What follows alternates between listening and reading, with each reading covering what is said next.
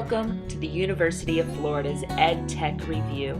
My name is Holly Wall, and this week we are going to explore a case of blended learning and blended courses. This story begins at a medium-sized state comprehensive university in western Kansas, Fort Hays State University. In 2007, the president began an institution-wide effort to better meet digital natives' needs. He understood what Watson suggested, that online learning, whether at a distance or within a classroom, is a catalyst for change, as schools are using Web 2.0 technologies to engage students and enhance collaboration in new ways. The faculty at FHSU was encouraged to dare to dream during the 2007-2008 academic year. That year, the president instituted what he called the Dare to Dream Initiative to go alongside the Writing Across the Curriculum initiative that began the year before. Fort Hays State University recognized that the teacher-focused approach needed to shift to a more student-focused model based on collaboration in order to meet the needs of their students. The president at Fort Hays understood that blended learning was and is likely to emerge as the predominant model of the future. He also knew that there is no single type of blended education. That's why he allowed his professors the opportunity to experiment and use research to guide the decisions that were made for their courses. The faculty were encouraged to experiment with new pedagogical practices with the goal of engaging students in learning and utilizing technology.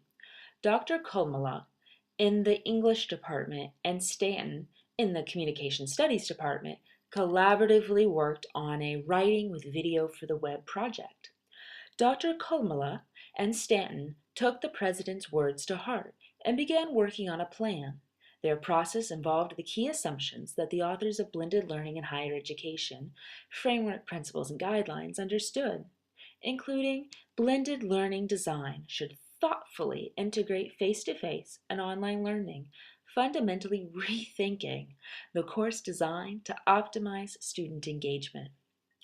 For the project, Kulmala involved his English Composition 2 students, which were generally freshmen, and Stanton used his multimedia production class of graduate students to collaborate on their project.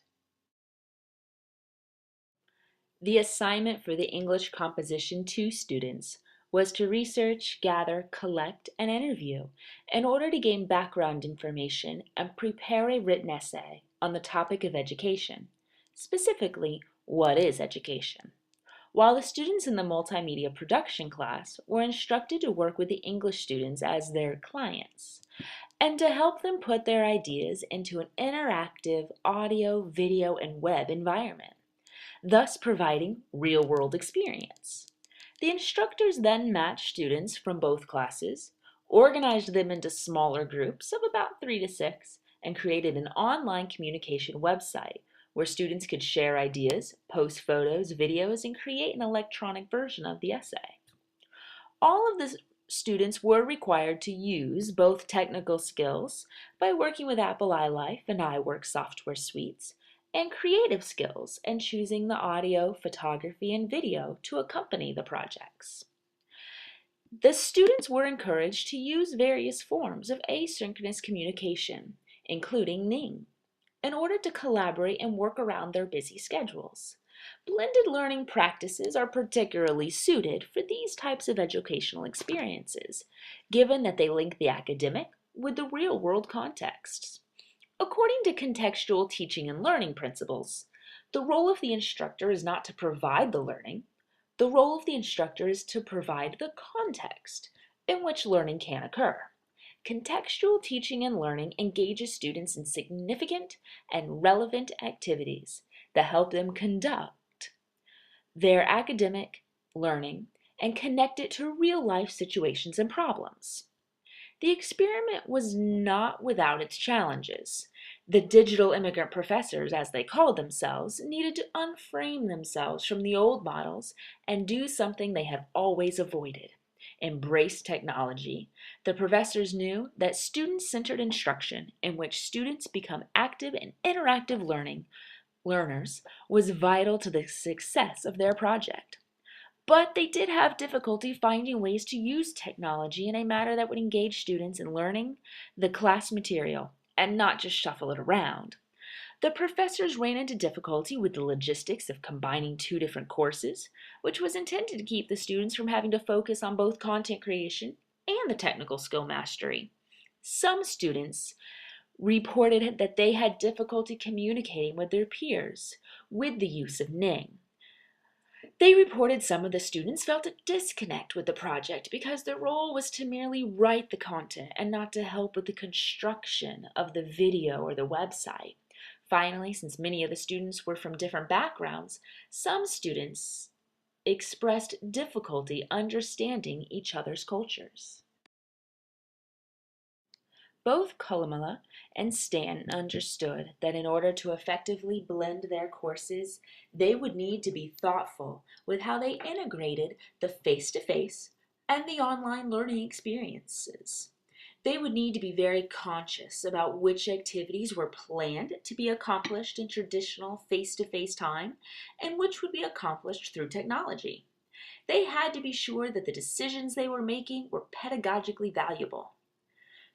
They did research to be sure that pedagogical objectives and activities would drive the approaches to use in their instruction.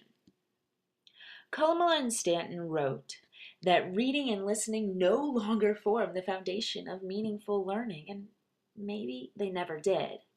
Their foundational beliefs were that students learn best by doing and by having clearly defined goals established for them and by following the constructivist theory on learning. Students gain meaning through engaged learning, interacting socially, and constructing knowledge. As Ali would say, their project attempted to create what learners could transfer to real-life applications, thus allowing them to go beyond what they presented in the lesson. The professors certainly could not have covered as much material as they had accomplished before.